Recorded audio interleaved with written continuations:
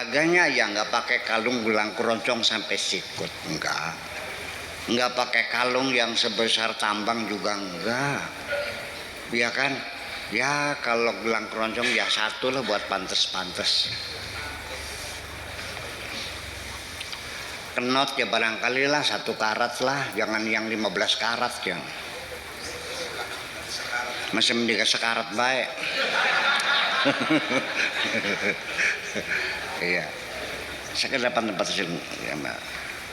Wal qalbi, dan hatinya juga sama, bil qalbi wal qalib, lahir batin dengan jiwa dan raganya memang dia tidak mencintai dunia.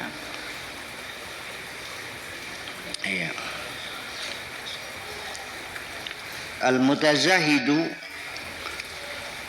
yukhrijud dunya min yadihi. Mutazahid,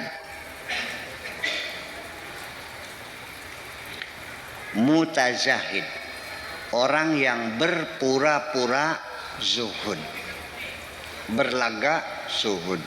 Yukhrijud dunya min yadihi, dia keluarkan dunia dari tangannya. Semuanya dikeluarkan, dipakai, dibelanjakan semuanya. Itu baru masih belajar zuhud. Semuanya dihabisin semuanya, tidak punya tabungan, tidak punya deposito, udah habisin semua. Hanya dikeluarkan dari kantongnya, dari tangannya, dari itu mutazahid namanya. Tetapi orang yang benar-benar zuhud itu namanya az-zahid.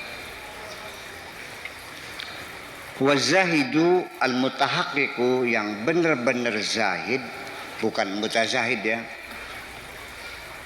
Fi zuhdihi, dalam zuhudnya yang benar-benar, yukhrijuha, dunia dikeluarkan semua, min qalbihi, dari hatinya. Bukan dari tangannya, tapi dari hatinya. Artinya bisa saja orang itu miskin, tidak punya apa-apa, tapi hatinya tidak zuhud. Paham? Zuhud itu bukan miskin. Banyak orang miskin tidak zuhud, banyak orang zuhud tapi tidak miskin. Nabi Sulaiman zuhud enggak? Miskin enggak? Enggak.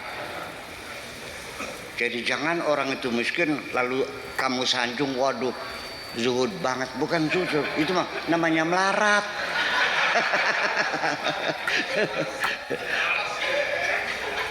Kalau dia punya kesempatan bisa kaya, dia pengen kaya kok.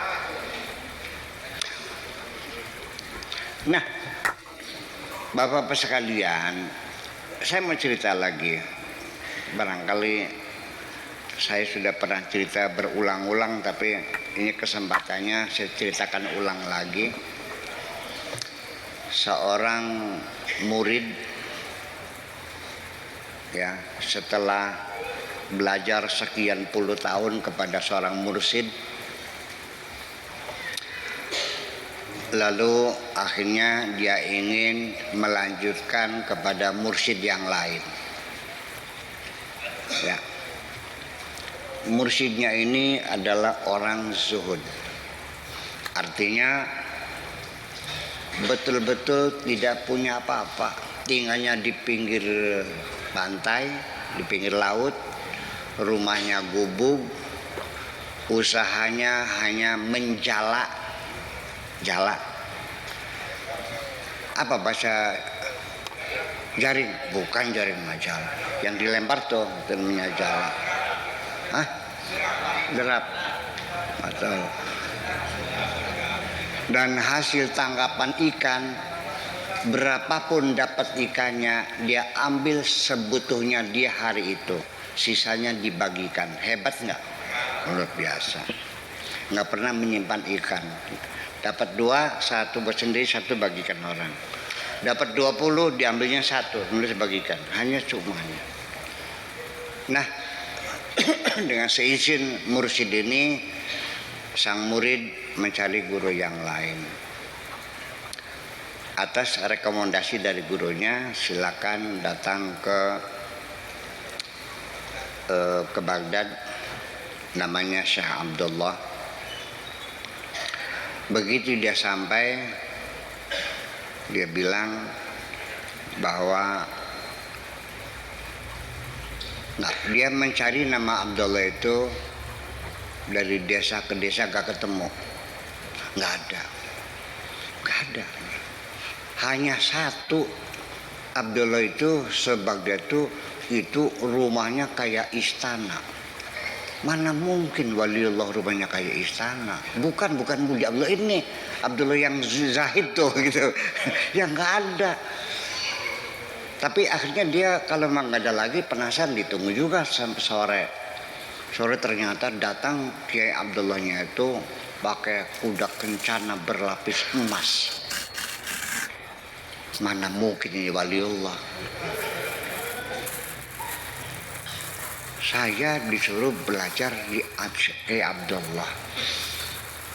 Saya ingin mencari guru yang lebih zuhud lagi, malah ketemunya pakai kereta kijang kencana. Masih penasaran, akhirnya nanya, Bapak Abdullah, iya. Kamu dari Sam ya? Iya betul. Saya mau belajar di sini. Oke.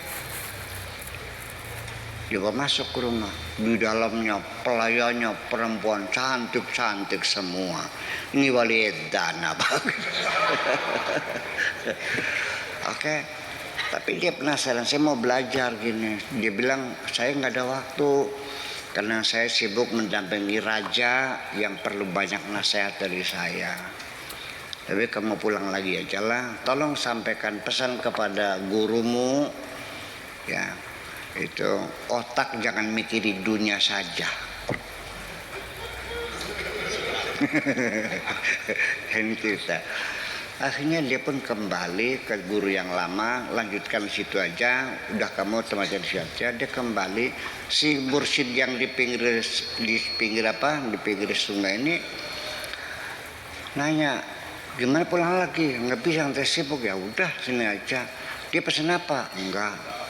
Jangan bohong. Enggak. Akhirnya dipaksa bilang juga bahwa pesan kalimatnya tolong sampaikan kepada Pak Yai, katanya otak jangan mikirin dunia terus. Dia langsung menangis, dia sadar ketika akan membuang jala, sesugunan ayam emas. Masih mengharap-harap juga namanya harta itu. Ternyata itulah persoalannya. Ini Anda bisa zuhud dari tangan dan kantong Anda keluarkan, tapi tetap tinggal di dalam hatimu sendiri. Oke, wes paham? Ya wes belanja ya.